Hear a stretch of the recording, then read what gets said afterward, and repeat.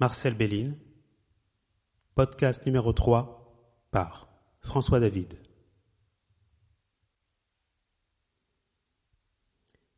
Béline ouvre cette porte, cette femme entre et le défie d'un regard imperturbable, tout en mâchouillant son chewing-gum. Elle se présente à lui et lui dit qu'elle vient pour affaire. Ainsi commencera la première consultation officielle du voyant Béline. Cette consultation se passera admirablement bien pour cette dame. Vous savez comment démarre la carrière d'un voyant ? C'est par le bouche à oreille qui constitue la meilleure des publicités. En effet, pour Marcel Béline, cela prendra un certain temps au départ. Et s'ensuivra 30 ans de consultation au 45 rue de Fontaine dans ce cabinet parisien. Béline écrira dans un de ses livres que ses voyances ne sont pas sur une période longue, mais sur un maximum d'1 an, voire 2 ans. Et il faut savoir que des personnes peuvent vivre au ralenti pendant plusieurs années, donc il en déduit qu'il est impossible de voir quelque chose pour elles puisqu'il ne se passe absolument rien dans leur vie. C'est le calme plat. Il écrit également qu'il y a des gens dont l'existence est dépourvue d'événements majeurs. Dans ce cas-là, il ne reçoit aucune image et reste sec comme une bûche. Donc, un jour, cette femme qui n'a ni avenir ni événement dans sa vie viendra le consulter. Au moment où il lui serre la main, il lui dit « Votre vie, madame, c'est une page toute blanche.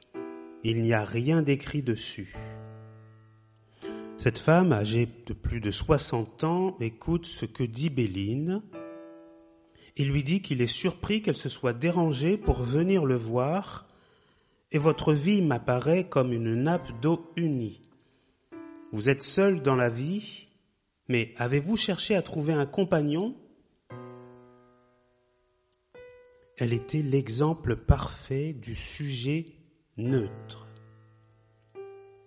Il lui dira: si vous voulez que votre vie s'anime, il faut provoquer les événements afin que tout bouge autour de vous. Béline citera ce proverbe « Aide-toi et le ciel t'aidera ». Il a cette dame devant lui et il lui dit qu'il n'y a rien de négatif mais qu'il ne voit pas. Vous n'avez pas, comme beaucoup de personnes, à vous débattre dans des situations imprévues, compliquées et sans issue, à supporter des malheurs sans remède. Votre avenir reste serein comme votre passé l'a été. Au fur et à mesure que Béline parle, le visage de cette femme s'éclaire et on pense même qu'elle va l'applaudir et s'écrie en lui disant « Tout ce que vous me dites est vrai, et je veux faire de vous mon héritier. » Béline demeure subjuguée et reste dans l'incompréhension. Il se demande qu'est-ce qui lui prend à cette femme. Elle lui dit qu'elle n'est pas riche et qu'elle veut lui léguer des papiers qui datent de plus d'1 siècle. Ils ont appartenu à quelqu'un qui faisait la même profession que vous et je vous les donne à vous, car voilà bien longtemps, très longtemps, monsieur, que je cours les voyants pour en trouver un de sincère et vous êtes le seul à ne pas m'avoir vendu monts et merveilles. Je vous attends, si vous ne venez pas demain, je brûle tout.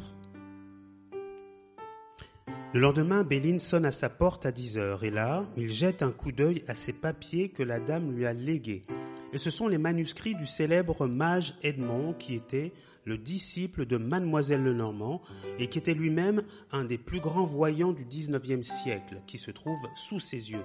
Et coïncidence, Béline saura que le mage Edmond aura fait ses consultations aux 30 rue Fontaine et Béline aux 45 rue Fontaine à Paris.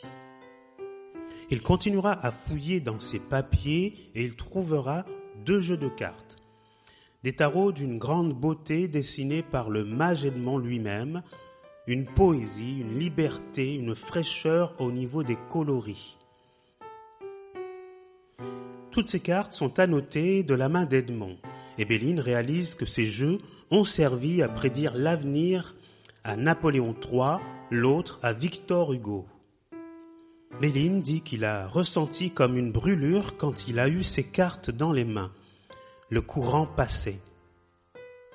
Et ces cartes sont devenues le célèbre oracle Béline. Béline aura donné son nom à l'oracle, mais il a repris l'oracle d'Edmond en y accolant le nom de Béline.